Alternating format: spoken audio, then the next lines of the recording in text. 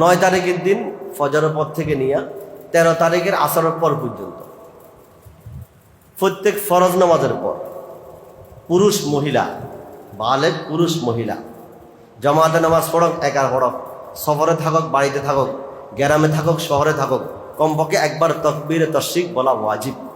সালাম ফিরানোর সঙ্গে সঙ্গে পুরুষরা উচ্চস্বরে বলবে, মহিলারা আস্তে বলবে, আল্লাহু আকবার, আল্লাহু আকবার, লা ইলাহা ইল্লাল্লাহ, আল্লাহু আকবার, আল্লাহু আকবার, ওয়ালিল্লাহিল হামদ। ওয়াজিব কেন? সৈয়দনা ইব্রাহিম আলাইহিস সালামের আল্লাহর প্রতি ভালোবাসার মুহাব্বত, আল্লাহর খলিল, আল্লাহর দোস্ত, নিজের ছেলেকে নিজ হাতে জবে করা শুরু করছেন। আল্লাহ পাকের উদ্দেশ্য ছিল পরীক্ষা করা, দোস্তকে কি করা? পরীক্ষা করা। পরীক্ষা ফাঁস করে ফেলছেন, লম্বা ঘটনা আপনারা জানেন। আল্লাহ পাক জিবরাইল আমিনকে বলছেন, জিবরাইল তাড়াতাড়ি যাও, আমার খলিল পরীক্ষা পাশ করে ফেলছে, তুমি দ্রুত যাও, জান্নাত থেকে দুম্বা নিয়ে যাও, ইসমাইলকে চুরির তল থেকে সরাইয়া এই দুম্বা দিয়ে দাও। জিবরাইল আলাইহিস সালাম আসার সময় ভয় হচ্ছে যে মনে হয় আমি পৌঁছার আগে ছেলেকে কি করবে? জবে করে শেষ করে ফেলবে। এত আল্লাহর প্রতি ভালোবাসার মহাব্বত ছেলের চেয়ে 1000 গুণ বেশি। আল্লাহু আকবার, কেমন কঠিন পরীক্ষা। জিবরাইল আমিন আলাইহিস সালাম আকাশ থেকে আওয়াজ দিয়েছেন, চিৎকার দিয়ে, আল্লাহু আকবার, আল্লাহু আকবার। ইব্রাহিম আলাইহিস সালাম এই আওয়াজ শুনে বলছেন, লা ইলাহা ইল্লাল্লাহ, আল্লাহু আকবার। ইসমাঈল আলা নবিয়িনা আলাইহিস সালাম চুরির তল থেকে বলছেন, আল্লাহু আকবার, ওয়ালিল্লাহিল হামদ। লম্বা ঘটনা আপনাদের জানা আছে। এই তিনজনের 3টে বাক্যকে একসাথ করি তাকবীরে তাশরিক আমাদের উপর ওয়াজিব, যেন আমাদের এই ঘটনা স্মরণ থাকে। পশু ক্রয় করার সময় যেন অন্তরে গোস্ত খাওয়ার নিয়ত না আসে। বেশি টাকা দিয়ে কিনবো, সুন্দর দেখে কিনবো, একমাত্র কার জন্য? আল্লাহর জন্য। লা ইয়ানালাল্লাহু লুহুমুহা ওয়ালা দিমাউহা ওয়ালাকিন ইয়ানালুহুত তাকওয়া মিনকুম। আল্লাহ বলেন, তোমার পশুর গোস্ত মাংস আমার কাছে কিছুই তো আসে না, আমার কাছে কি আসে? তাকওয়া। তোমার অন্তরে আমার ভালোবাসার মহাব্বত কতটুকু আছে এটা আমি পরীক্ষা করি। আল্লাহ আমাদেরকে ক্রয় করার আগে একদম খালেস নিয়তে ক্রয় করার তৌফিক দান করেন।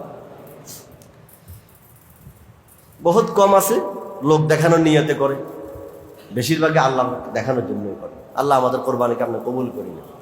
তো 9 তারিখ দিন ফজরের পর থেকে এই তাকবীরে তাশরিক বলতে হবে। বলে, হুজুর ভুলে গেলাম, নামাজ সালাম ফিরাই ভুলে গেছি।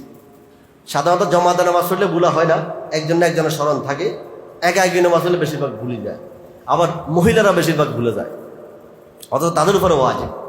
তো ভুলে গেলে কি করব?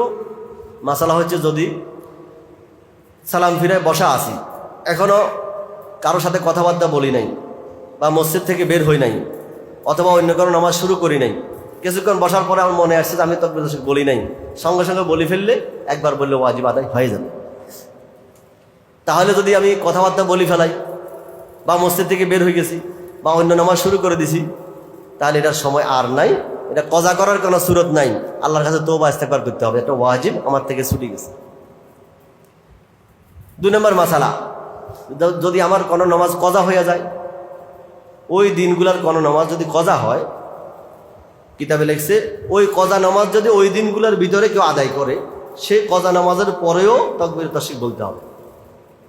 যদি ওই দিনের ভিতরে আদায় না করে পরে আদায় করে, বা অন্য দিনের কজা নামাজ এই দিনের ভিতরে আদায় করে, তখন আর লাগবে না।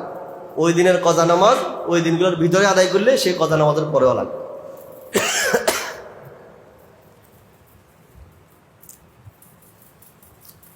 মাসবুক, যারা 1 রাকাত 2 রাকাত পান নাই, ইমামকে সালাম ফিরাই ফেলছেন ইমাম, এরপর আপনি উঠে দাঁড়ায় 1 রাকাত 2 রাকাত পড়ছেন, তা আপনি আপনার অবসর নামাজ শেষ করার পরে আপনাকেও তাকবীর তাশরিক বলতে হবে।